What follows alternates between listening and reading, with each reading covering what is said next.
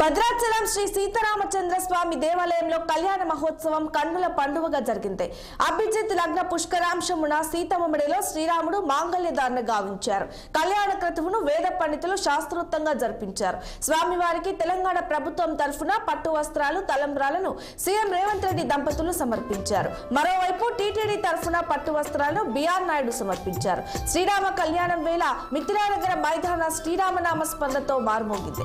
మహోత్సవాన్ని తిలకించేందుకు తెలుగు రాష్ట్రాల నుంచి పెద్ద సంఖ్యలో భక్తులు తరలివచ్చారు. కార్యక్రమానికి డిప్యూటీ సీఎం బట్టి విక్రమార్క, మంత్రులు పొంగులేటి శ్రీనివాసరెడ్డి, కొండా సురేఖ, ఎమ్మెల్యేలు, ఎమ్మెల్సీలు, ప్రజాప్రతినిధులు పాల్గొన్నారు.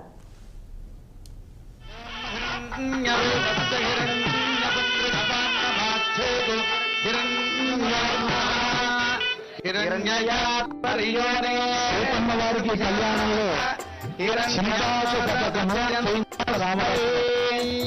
సీతమ్మకు చేయిస్తి చింతకు పతకము రామచంద్ర 12 ఏళ్ల పాటు జైల్లో ఉండవలసి వచ్చింది. భద్రాద్రి కొత్తగూడెం జిల్లా పర్యటన